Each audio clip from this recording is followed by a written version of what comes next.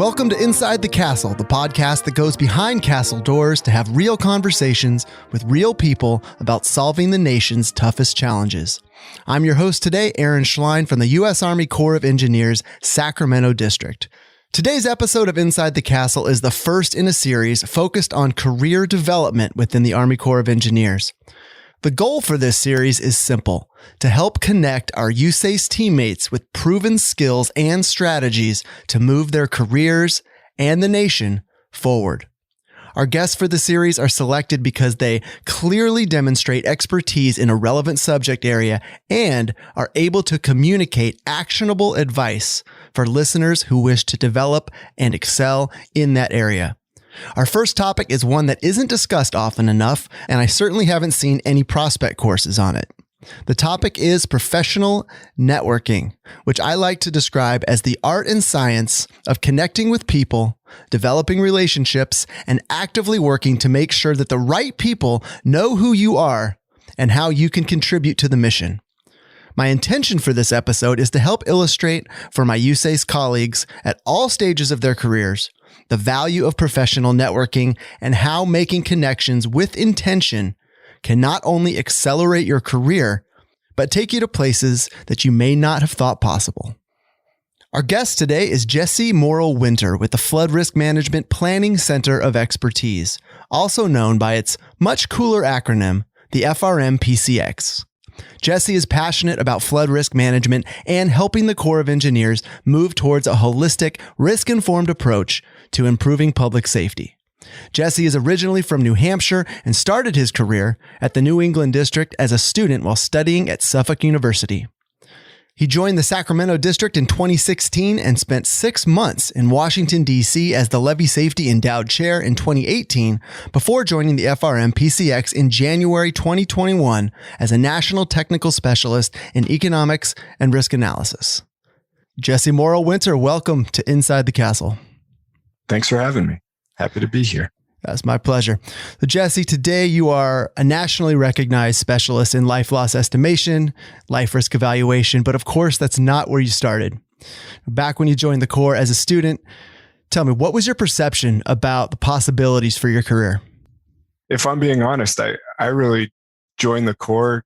I graduated from college a little late with my bachelor's degree. I was 24. I'd taken some time away, and it was an opportunity to eat lunch with my dad a couple of days a week. And that's really what got me started with the Corps. You know, I didn't have any career aspirations necessarily to join the Corps, but it was a unique opportunity. And they had an opening for an economist, which is, you know, what I studied in school. So I was interested, and they took me on. And because of the kind of shortage at the New England District, I got pretty meaningful work right away.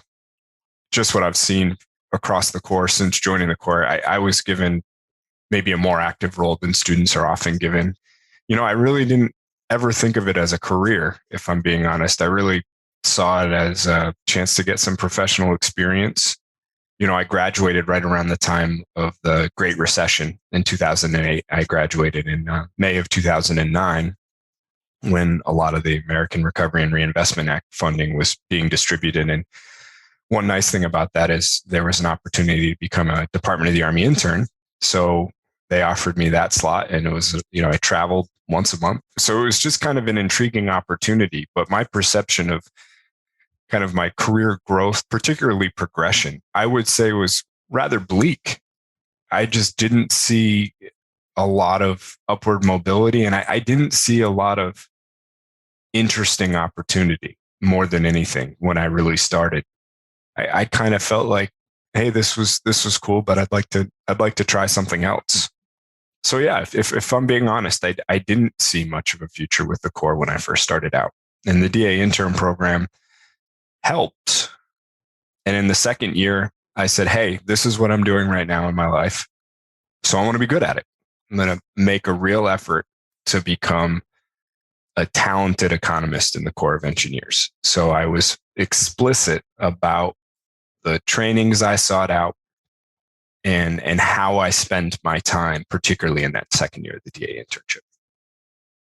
So from spending time traveling with the DA internship, taking trainings, all the way down to lunches with your dad, Tell me, just how intentional were you about not just expanding your skill set, but about growing your professional network?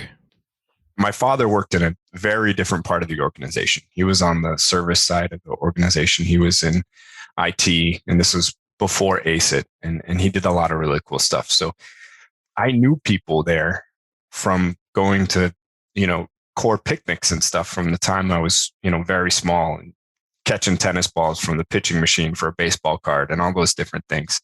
I certainly had a little bit of a leg up knowing some people. I think it became pretty clear to people quickly that my dad and I were very different. My dad is quiet, picks his spots, it's very professional, always wore a tie. Not that a tie explicitly correlates with professionalism. I want to make that clear. There's a lot of people wearing ties that I wouldn't describe like my father, but I'm different. I'm more outspoken, and pretty quickly, I became my own person there. And at first, it was just fun meeting new people, getting to work with new people, learning about their backgrounds. I had a couple guys in the group that I was in that were marine biologists. And while I was an intern, they'd take me out on the boat and stuff like that. So I got to know those guys through that. So just, getting to do some different stuff outside of just economics early in my career, dabble in some different things. Through the DA internship, I would say I was intentional in my rotations and how I did all that. In the second year, I was more targeted in that intention, in that I tried to spend more time talking with senior economists and really analysts and scientists in the organization to learn about what they were doing. And one of those people was Will Lehman at HEC. And at the time, he was working on FIA. And we, went to a happy hour and over a beer, chatted a little bit about what I was interested in. And he listened and said, "You should come out to HEC for a month." And so I did. That was my first exposure to estimating life loss. And that dramatically changed my career with the Corps. I was more intentional in that second year, trying to get to know people maybe within the professional umbrella of what I saw as my possibilities at the time. And that was really still largely traditional planning economics, cost benefit analysis, running FDA, things like that. But by being perhaps a little more intentional about getting to know what different social scientists were doing across the organization, I was fortunate enough to get to know Will and get exposed to working with Woody Fields, who's now with the RMC, and Will Lehman, who's still at HEC, and really start dabbling in life loss and thinking about what sort of factors lead to people losing their lives in floods. And that's when I started to see the Corps a little differently. Given the hierarchical structure of an agency like the Corps of Engineers, getting an audience with senior leadership, those difference maker type peoples, can be challenging. What advice would you have for someone who's looking to get an audience to really be able to show what they can do to folks at the highest level? Some things I did early in my career is if I wanted to work with somebody, I would draft an email, and I had some people that I respected who are a couple levels above me, and I'd ask them to review the message for me before I sent it out, get their feedback. And I would email someone and say, "Hey, I'm interested in what you're doing and I want to work with you." Plain and simple. And people are really receptive to that. If you take the initiative to come to somebody, a lot of these people don't have the time. They're quite busy themselves. We all are, to go about outside and be looking for, young professional, well, not young professionals, early career professionals who are interested in trying new things and who are still really looking for their niche and what it is that they're going to do in this pretty large organization. But the most important thing, I think, is being open to how you connect with people. You don't have to drink beer to go to happy hour and spend time with people. You get a break at a training, ask someone to go grab coffee with you. Offer to buy them coffee. Coffee is relatively inexpensive. So when you're not making a lot of money, coffee is a good thing to offer to buy somebody. Spend a couple bucks, get a few minutes of somebody's time, talk to them, and you've made a personal connection. And personal connections are so valuable in a professional environment. They're not mutually exclusive things. And so, lunch, coffee, happy hour, make yourself available to those things because you never know who you might meet. And it doesn't always have to be, someone above you, levels above you. People at your same level may have had the opportunity to interface with someone above you, and they might be doing some interesting work that you're interested in. You connect with them, and maybe down the line, you get to do some work with them, or you connect with them and learn about what they're doing that they're interested in, and you can bring them in later on. So the advice I would give to people is be open to various ways of connecting with people because those connections are invaluable. The professional equity you build, I would think of it like getting in early on a company that goes public in the stock market. You buy when that stock price is still low, and as it builds, you're just going to continue to see returns year in and year out because you've built this professional network. And I don't want to sound like it's all the stock market example might make people think that you're just looking for a return on an investment of your time. But to some degree, that's what we're doing in relationships, right? Any relationship, you're investing your time in getting to know someone and learning about them, their likes, their dislikes, and that enables you, to build a great friendship if it's in your personal life, or it enables you to make a meaningful work relationship that benefits you both and also benefits the organization. And those types of win-wins are much more common if you're open to accessing people in a lot of ways. Yeah, I said at the top of the show in my personal definition of networking, a part of that is actively working to make sure that the right people know who you are and how you can contribute to the mission. So if the desire to contribute is always really at the epicenter of what you're doing, there really can't be anything slimy about that if what you're looking to do is make a contribution and put your best skills and your best self forward for the greater good. Completely agree. And that can't be understated. The way to create opportunities for yourself is to raise your hand a lot. If someone asks and you don't know how to do it, that's okay. A lot of us are figuring things out along the way. Our world is ever changing, as we continue to battle the different constructs of what it means to reduce coastal storm risk, flood risk, provide navigable waterways to the nation. It's not a set thing. It's an ever evolving global system of watersheds, so we're constantly trying to figure new things out, and there's always new challenges. So if you see an opportunity that excites you, raise your hand. So many of the things I've done in my career have been because I've raised my hand early and often and had opportunities because of it. I wouldn't tell you that I'm the smartest economist in the Corps by any means, but I am an interested one, and I raised my hand a lot, and that served me really well. Let's flip this on its head a little bit and talk about maybe some of the pitfalls or mistakes you may have either made yourself or seen other people make, who maybe have the technical chops, they have the drive, but they just can't quite get the people part right. What are some mistakes out there you see people make? We work in a large organization with a lot of people with diverse backgrounds, diverse upbringings, and diverse ways of thinking.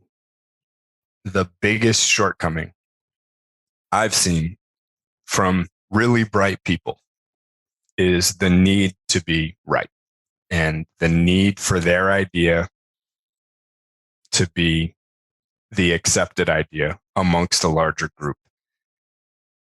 No one grows if we all agree with one person. No good idea is a perfect idea. The value of a good idea is coming up with it and then getting challenged by it along the way, in the same way you would with the scientific method or something like that, testing it, getting feedback and everything like that. Don't need to be right. And don't be afraid to admit when you're wrong. I've had to raise my hand before in big groups and say, yeah, I screwed up. We can't use those numbers. That's not a fun thing to do. But if I hadn't done that, we might have come up with a way to reduce risk at a dam that was ultimately not a great investment decision. So don't always need to be right. Certainly don't be afraid to admit when you're wrong. And the last thing I could add to that is don't be personally tied to your work. If someone's giving you review comments or feedback, we don't always deliver those in a way that lands nicely, right?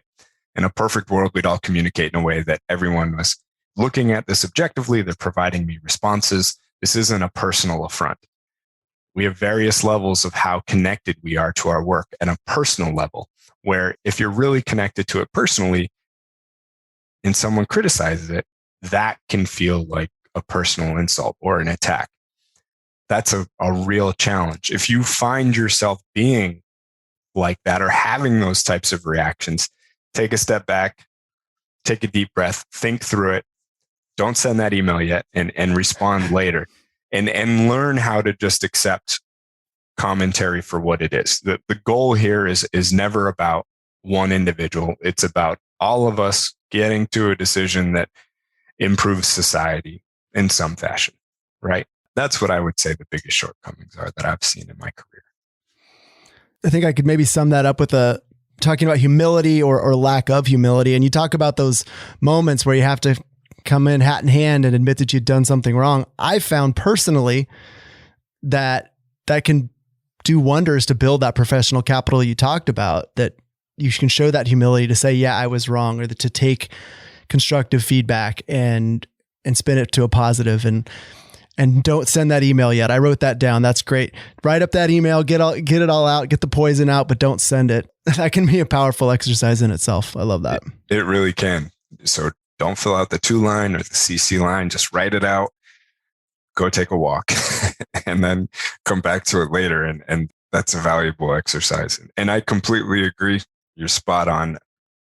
Humility and openness to hear other people's ideas, being someone that other people want to work with is so important, and I've seen really bright people in our organization get hurt because they become someone who's known rather widely as being a challenging person to work with. And people will try to avoid working with that person, right or wrong.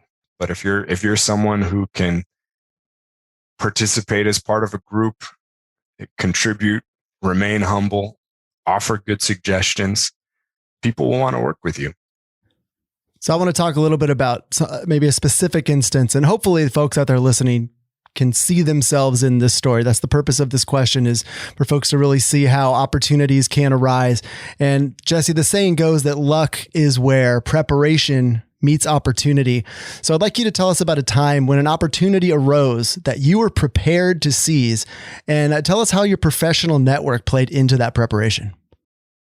There's 2 experiences, and I'll briefly touch on each of them, that were profound for me in my career. One of them was I spent a couple years after my DA internship. Will Lehman offered to recommend me to the Mapping, Modeling, and Consequences Production Center. I love that idea. Keep doing this life loss stuff. About 6 months later, I met Tim Smith, and I sent him an email and said, hey, I'd love to work with you. It's one of those times I sent an email. I spent the next 6 months, 2012, learning the ropes, dabbling in my own projects. And then 2013, all I did was crank out dam breach models. That was probably 80 to 90% of my time. The luck part was that they needed somebody to go to Brazil to work with the National Water Agency in Brazil. Tim Smith mentioned that, and I said, yes, I would love to do that. And I got to go to Brazil for a week and work with people in Brazil who care about a lot of the same things we care about in USACE. And it was, there was no blueprint for it. So it was just such a fortuitous thing that opportunity fell into my lap, and I was able to kind of gathered up the information there was about FIA, built my own presentations, put together some workshops and everything like that. And then the next one, I'd probably tell you this, if I had to say, what's the thing you've done in your career that you enjoyed the most? I would probably say this. It was after Hurricane Maria, late in 2017, after Hurricanes Harvey, Irma, and Maria. On the island of Puerto Rico, there was quite a bit of devastation, right? Post Maria. I had travel plans in early January. It was 3 days before Christmas. And I got a call from the Jacksonville District cadre lead, John Kendall. Awesome cadre lead, really bright engineer and risk practitioner. And he said, we don't have the expertise on the cadre to facilitate consequences elicitation, the Maletti and Sorensen interview schedule. He said, I heard that you had that expertise. Can you come to Puerto Rico in a couple weeks? And I was like, okay, I'll do it. My Spanish is clunky at best. My wife's fluent, but the possibility to work with a group of people who were taking a real look at the systems they had in place to respond to a storm like that immediately after the disaster was such an exciting opportunity. The preparation component was really just being involved and continuing to work and develop how we evaluate life loss in USACE and, doing an RMC developmental assignment prior to that. All that preparation helped me so that when that opportunity came up, I was able to say yes. And I got to spend a day talking to emergency managers and responders downstream of Guajataca Dam, which is on the northwestern part of Puerto Rico. And it had a spillway erosion event. And it was such a rewarding experience to get to work with those people. I came back and I told Jason Needham at the RMC, I was like, hey, this is what I want to do with my career. Just keep sending me out on stuff like this. In a lot of ways, I got to do quite a bit more of that before taking the job I have now. Jesse and I can see each other on video here. And Jesse, I could just see your facial expression changed as you're telling that story. You're just really lighting up. I can tell this really does mean a lot to you.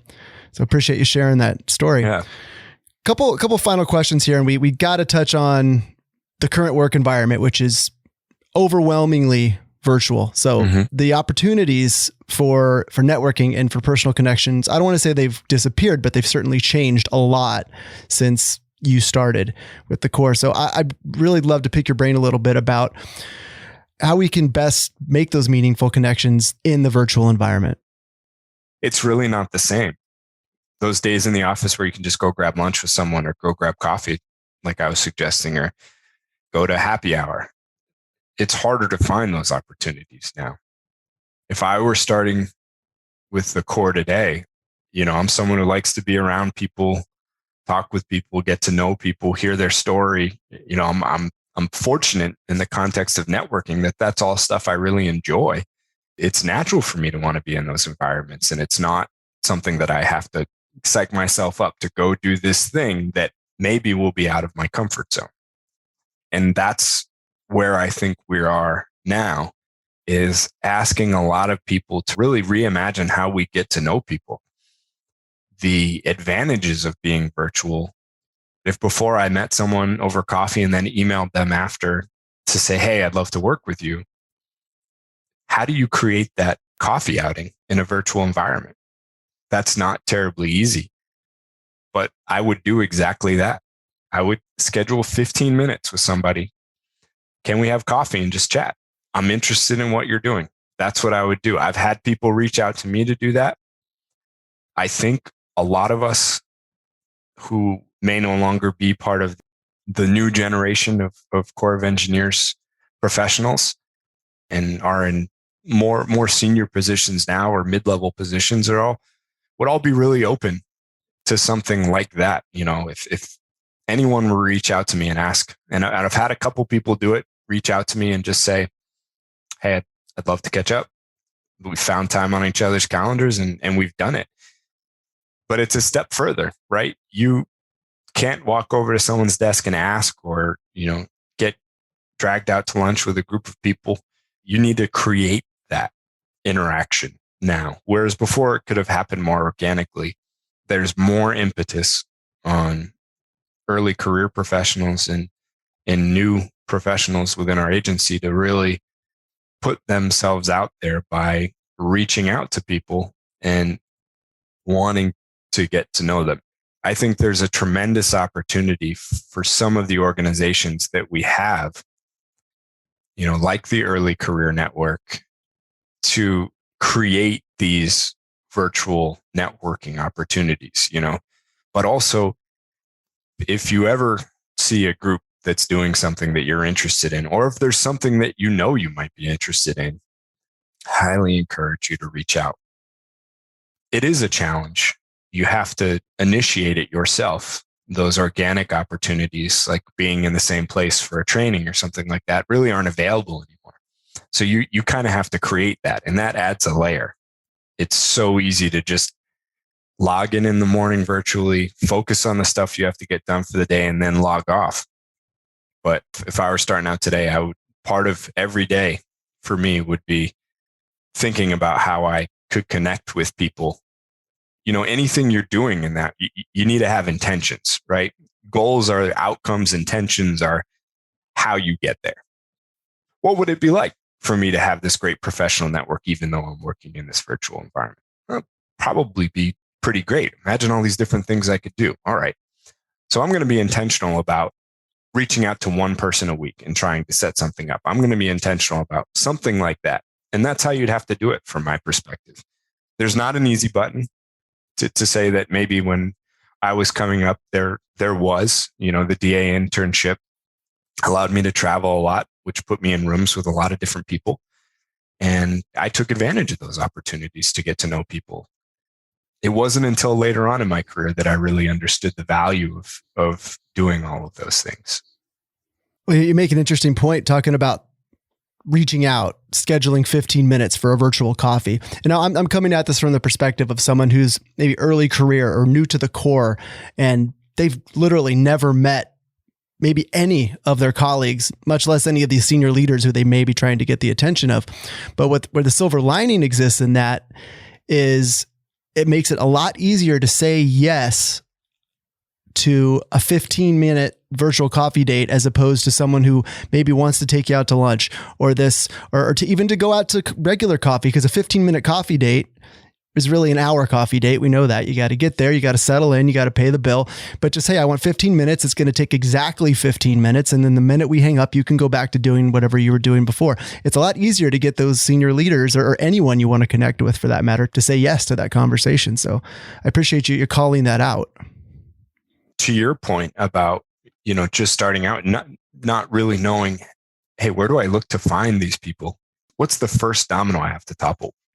You're going to get put on various distribution lists wherever you start. If you're in engineering, if you're in planning, you'll get the community of practice emails, but you'll also be invited to different events. There's a lot of interesting stuff that people are doing. And a lot of times, some of them are monthly. There's different working groups out there.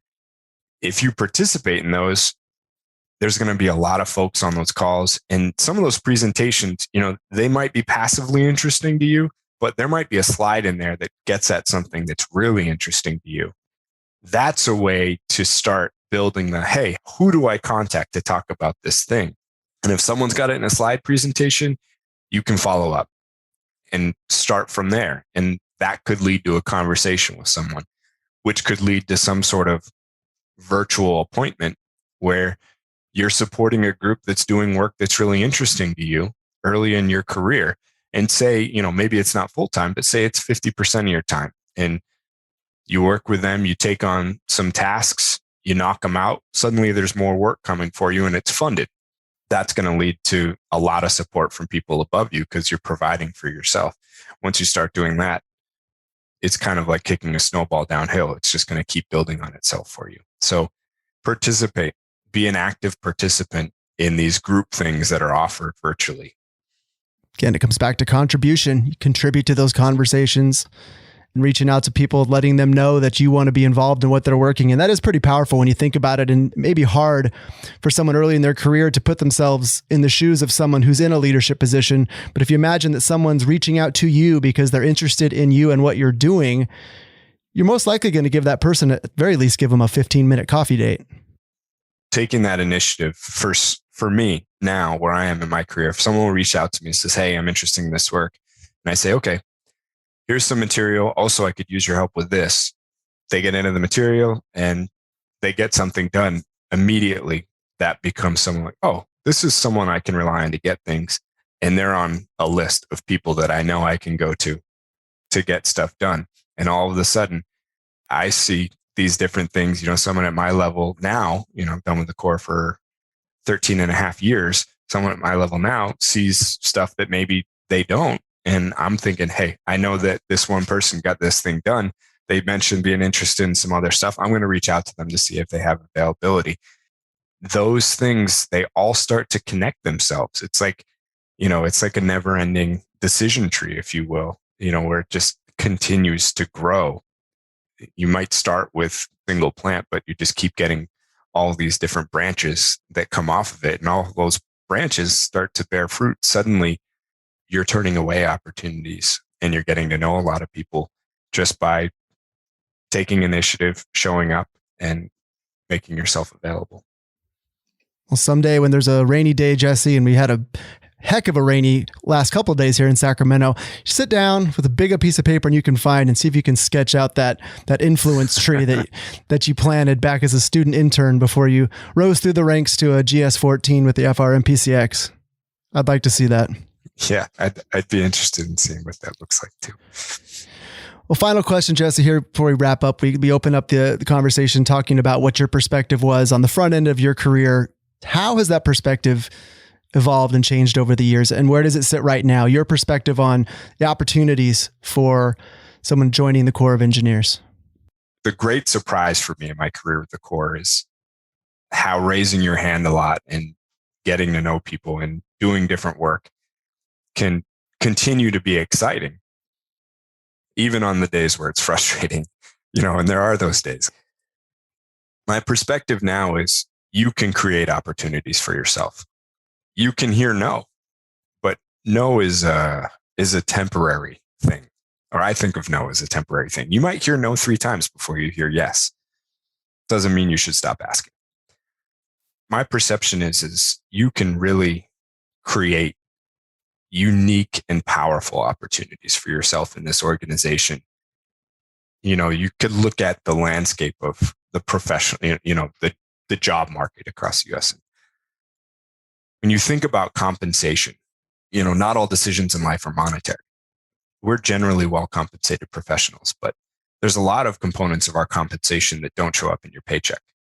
I became a dad a year ago, and the support I've received, when I was working with you at the Sacramento district and for you were my supervisor, to now being a parent and focusing on my career I can't tell you how much it's meant to me and my family. Share something personal. My daughter had to have surgery 4 months after she was born. And, knowing that she was taken care of was, it's one less thing for a parent to worry about. So my perspective is, looking at it when I was a 23, 24-year-old and saying, I'm not going to be doing this for very long, to where I am now. I look back and I'm able to say, I've been able to do some pretty cool stuff in my career. I've been able to work with Aaron Schlein and see all the cool stuff that he does and how he sees flood risk management differently than I think other people do, and how he sees growing an organization and what business development looks like in a different way.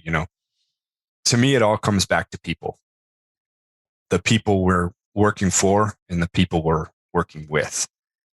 While the structure of our organization compels us to put people in job series and things like that, you are what you do, not what your position description says. What you do is very much up to you, and how you spend your time is very much up to you.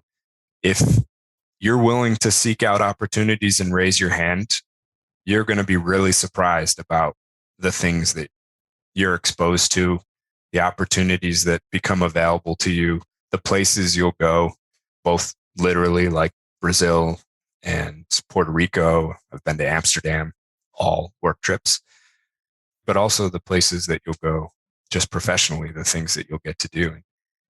I haven't loved my job every step of the way. There are days where I've had crises of faith where are we doing the best thing we can do for people? But I get to think about that. I get to think about if we are. And then I get to offer ideas about why there might be better ways. It's been a pleasant surprise. My career with the Corps of Engineers has been a pleasant surprise. If you're open to different opportunities and getting to know different people, I think you'll be pleasantly surprised too. Your job is what you do, not your position description. That's made me smile thinking about what we're doing right here in this moment. I'm a section chief in the economic section and planning division, Sacramento. And yet here I am interviewing you on a podcast. Why? Because that's what I wanted to do. And that's what I'm doing. That's right. Great example. And after this, I'm going to have a little lunch and then go back to being a section chief. There you go. Well, Jesse, man, it's really been a pleasure. Thanks so much for sharing, for opening up to the audience here, sharing your journey. And hopefully folks out there had a lot to take away. And to all the listeners out there, we want to hear from you about the topics that you want to learn about next. And until then, be safe, be innovative, and be revolutionary. Thanks, Jesse. Take care. Thanks for having me. Thanks for joining us for this Inside the Castle podcast. To provide your feedback, email us at cw.infrastructure.team@usace.army.mil. Stay tuned for additional Inside the Castle podcasts as we explore life inside the Corps and revolutionize civil works together.